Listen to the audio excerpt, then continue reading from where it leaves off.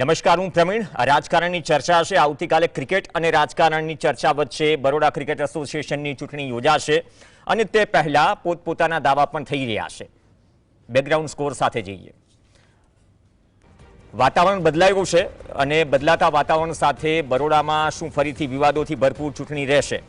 કેમ કે royal Satyamev Jayate group અને રિવાઇવલ ગ્રુપ વચ્ચે ટક્કર છે. લોઢા કમિટીથી લઈને જે કંઈ પણ નિયમો બન્યા એ પછી કુલિંગ ઓફ પીરિયડથી લઈને કિરણ મોરે અને સામે સત્યમેવ જયતે ગ્રુપ વચ્ચે આ સીધી ટક્કર. એ પહેલાં અમે શું કરીશું, શું કરવાના છીએ એ વાત થઈ.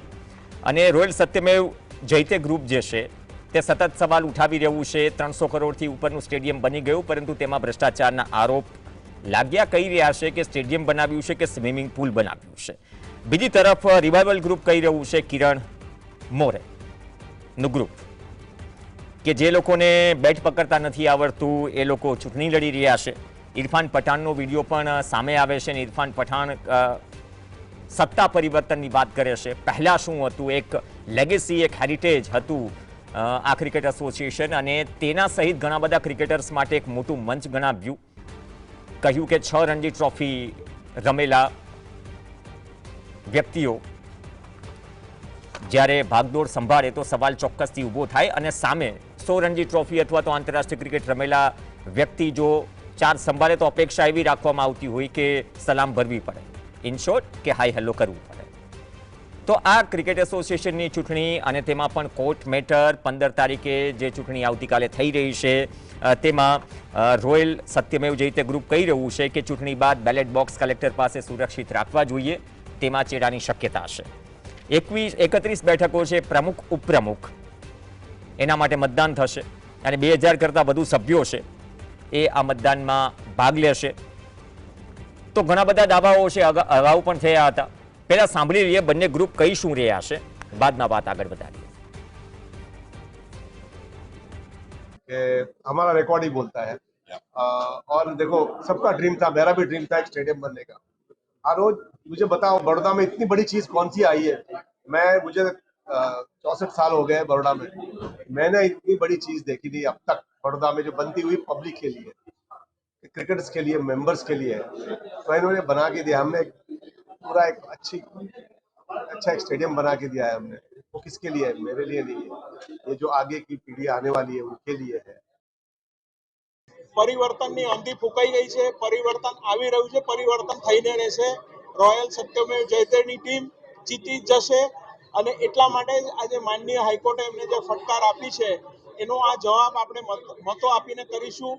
અને મતોની ગણતરી સારી રીતે થાય અને સુચારુ રૂપે થાય એ માટે અમે એવું કહીએ છીએ કે ઇલેક્ટોરલ ઓફિસરને એવી વિનંતી કરીએ છીએ કે બધા બેલોટ બોક્સ પ્લીઝ કલેક્ટરના એમાં સેફ બોક્સમાં મૂકી દે, નહીં તો આમાં ગેરરીતિ થવાની સંપૂर्ण શક્યતા છે. अब आप देखेंगे बड़ौदा क्रिकेट में जो कोचेस हैं, क्यों अफगानिस्तान के साथ जाके कोचिंग करते हैं लेकिन बड़ौदा में उनको रिस्पेक्ट नहीं मिलती? क्या रीजन है? क्यों ऐसा कहा जाता है कि भाई आप भले ही 100 फर्स्ट क्लास मैचेस खेले हो, बड़ौदा को रिप्रेजेंट किया है, हाईएस्ट लेवल पे आप खेले हो, लेकिन आप हमें हेलो बोलिए तभी आपको जॉब मिलेगा? ये सब चीजों को बदलना है और ये बदलाव करने की जो जिम्मेदारी है ना, ये हमारे वोटर्स और मेंबर्स की है. ये करना पड़ेगा, तभी बड़ौदा क्रिकेट आगे आएगा. मेरे दिल के बड़ौदा क्रिकेट बहुत करीब है और मैं चाहता हूं कि बड़ौदा क्रिकेट ग्रो करे.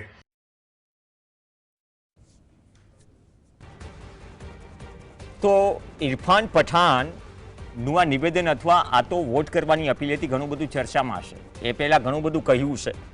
તો એનો મતલબ એમ થયો કે શું વિવાદોથી ભરપૂર આ ચૂંટણી અથવા તો જે ટક્કર છે તેમાં બંને ગ્રુપના જે દાવા છે, નવું કૌટુંબિક સ્ટેડિયમ બન્યું, રિવાઇવલ ગ્રુપ પણ પોતાની વાત મૂકી રહ્યું છે અને રોયલ સત્યમેવ જયતે ગ્રુપ પણ પોતાની વાત મૂકી રહ્યું છે. તો નેક ટુ નેક લડાઈ છે કે શું?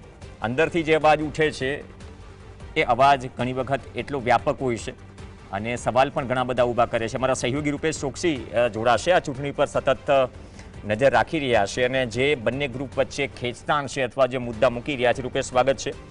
રૂપેશ, નેક ટુ નેક ફાઇટ અને જે આક્ષેપ લાગી રહ્યા છે અને જે સામે જસ્ટિફિકેશન આપવામાં આવી રહ્યું છે, ફરી એક વખત વિવાદોથી ભરપૂર એક કાંટેકી ટક્કર જેવી ચૂંટણી આ વખતે BCAની.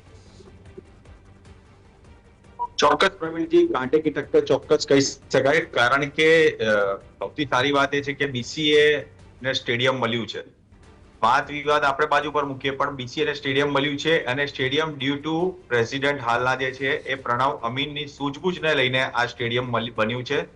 સ્ટેડિયમમાં પ્રતિ આક્ષેપો થાય, તમે મોટું કામ કરો તો આક્ષેપ પ્રતિ આક્ષેપ થાય, એમાં આપણે વિવાદમાં નથી પડતા. સ્ટેડિયમ મળ્યું છે, વડોદરામાં મેચ રમાઈ, ભારત અને ન્યુઝીલેન્ડની મેચ રમાઈ, WPL રમાઈ, વિમેન્સ પ્રીમિયર લીગની જે બાકીની મેચો હતી, જે ફર્સ્ટ રાઉન્ડ હતું એ ડીવાય પાટીલ સ્ટેડિયમમાં રમાઈ મુંબઈમાં, ત્યારબાદની સેમીફાઇનલ, ફાઇનલ, ત્યાર પછીના જે રાઉન્ડ હતું સેકન્ડ રાઉન્ડ, આ બધા જ વડોદરાની અંદર કોટંબી સ્ટેડિયમમાં રમાયા. વાત જ્યારે ક્રિકેટની આવે છે ત્યારે હવે જે લોકો ઇલેક્શન આવ્યું છે, તો હવે ક્રિકેટના સ્ટેડિયમના જ વાંધા વચકા કાઢી રહ્યા છે. આ ક્રિકેટના વાંધા વચકા જે છે એ કદાચ કેટલાક લોકોને ગમે તો કેટલાક લોકોને ના ગમે. આપણે કોઈ એટલે આક્ષેપ પ્રતિ આક્ષેપોનો દોર શરૂ થતો હોય છે, પણ જે રીતે આ ચૂંટણીમાં આ પ્રકારનું જે એકબીજા પર કીચડ, કારણ કે જે રિવાઇવલ જૂથના હતા એમાંના ઘણા બધા રોયલ જૂથમાં આવ્યા છે, રોયલ જૂથમાં હતા એ રિવાઇવલ જૂથમાં આવ્યા છે, એટલે બધા બંને પક્ષો એકબીજાની કમજોરી બી જાણે છે, પ્લસ પોઈન્ટ બી જાણે છે, માઇનસ પોઈન્ટ બી જાણે છે. એટલે જે પ્રકારે એમના જે સપોર્ટર્સ હોય એને પ્રમાણે એની પ્રમાણે બહાર જઈને પોતાની વાતો મૂકતા હોય છે. પરંતુ હવે આ આવતીકાલે જયારે ચૂંટણી છે, હવે આ ચૂંટણી આવી તો રહી છે, ચૂંટણી થશે બી ખરી, પણ મતદાનની પ્રક્રિયા છે એમાં નામદાર કોર્ટ સાહેબનો હુકમ છે કે ભાઈ તમે ચૂંટણી કરી શકશો, પણ મતગણતરી જે છે એ 17 તારીખે કરવી. હવે 17 તારીખે પણ આ મતગણતરી પહેલા એક હિયરિંગ છે, આ હિયરિંગમાં શું આવે છે તો નામદાર હાઈકોર્ટ સાહેબ જ જાણે. પરંતુ આ ચૂંટણીને લઈને વડોદરાનું રાજકારણ ગરમાયું છે, કારણ કે ન માત્ર ક્રિકેટ, હવે લોકોને જ્યારથી આ ભારત ન્યુઝીલેન્ડની મેચ થઈ ત્યારથી લોકોને એવું લાગ્યું છે કે ખરેખર આની અંદર ઝંપલાવવું જોઈએ, એમને કોઈ એક જૂથને સપોર્ટ કરવો જોઈએ અથવા કોઈ એક જૂથની પડખે ઉભા રહેવું જોઈએ.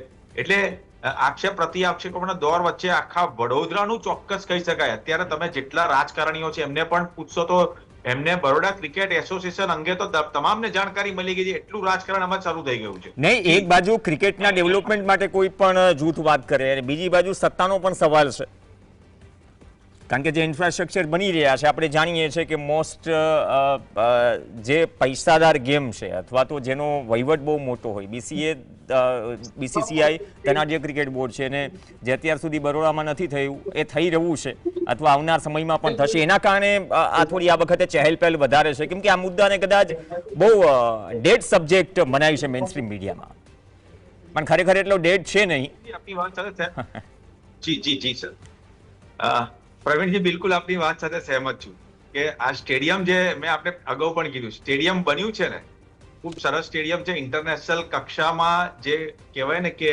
હિન્દુસ્તાનના લેવલ પર બી જોવા જઈએ ને તો ટોપ 10 માં આવી શકે એવું આ સ્ટેડિયમ છે. સાહેબ ખરેખર આપ પણ મેચ જોવા આવ્યા હતા, આપણે બંને આપણે નિરીક્ષણ કર્યું હતું સાહેબ કે આપે જોયું સ્ટેડિયમ, કદાચ સ્ટેડિયમ ઘણું સરસ છે, ઇન્ફ્રાસ્ટ્રક્ચર સારું છે, પણ કેટલાક લોકો હવે જયારે રાજકારણ આવે તો આક્ષેપ પ્રતિ આક્ષેપોનો દોર થાય.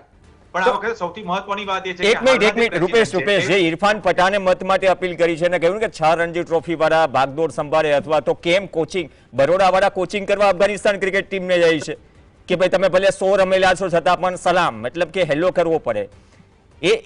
એ પાવર પોલિટિક્સ છે શું? ક્રિકેટના ડેવલપમેન્ટની તો વાત છે, કેમ કે ઇરફાન પઠાન જ્યારે વાત કરે છે ત્યારે બટ ઓબ્વિયસ નેશનલ હેડલાઇન બની જાય.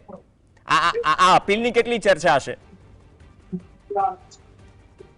આ જે વિડીયો ઇરફાન પઠાણનો વાયરલ થયો છે એને ચોક્કસ વડોદરા ક્રિકેટ નહીં પણ દેશના ક્રિકેટને હડકંપ મચાવી દીધી છે.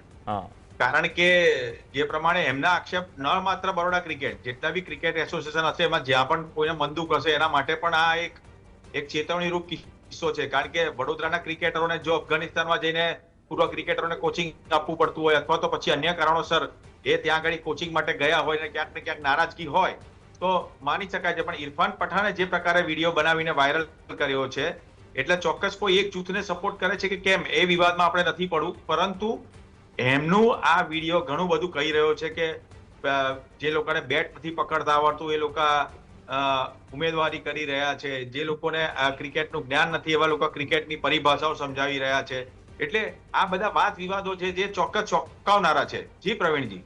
બહુ સારી વાત કરી. કહ્યું કે જમ્મુ કાશ્મીરમાં જ્યારે મને એક રોલ મળ્યો તો મને ફ્રીડમ આપવામાં આવ્યું હતું. તો એ કોચ કે એક કન્ટ્રીબ્યુટર તરીકે એનું કામ કરી શકે, પણ સવાલો અહીંથી ઘણી બધા છૂટે છે. બીસીસીઆઈ આઈસીસી સુધી જાય છે.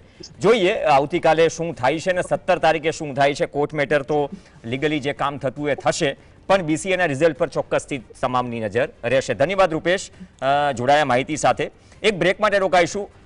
બ્રેક બાદ આજકાલ એકબીજી પાર્ટીઓ એકબીજાની વધારે ચિંતા કરે છે. ભલે ઘરે તકલીફ હોય પણ ચિંતા ન કરો, બીજે શું ચાલી રહ્યું છે એની ચિંતાની વાત છે. આપની કોંગ્રેસને ચિંતા વધારે છે. ઈસુદાન ગઢવીનો શું રાજકીય ભોગ લેવા છે અમે નથી કહી રહ્યા, કોંગ્રેસના એક પૂર્વ ધારાસભ્ય કહી રહ્યા છે. બ્રેક બાદ તેના પર ચર્ચા.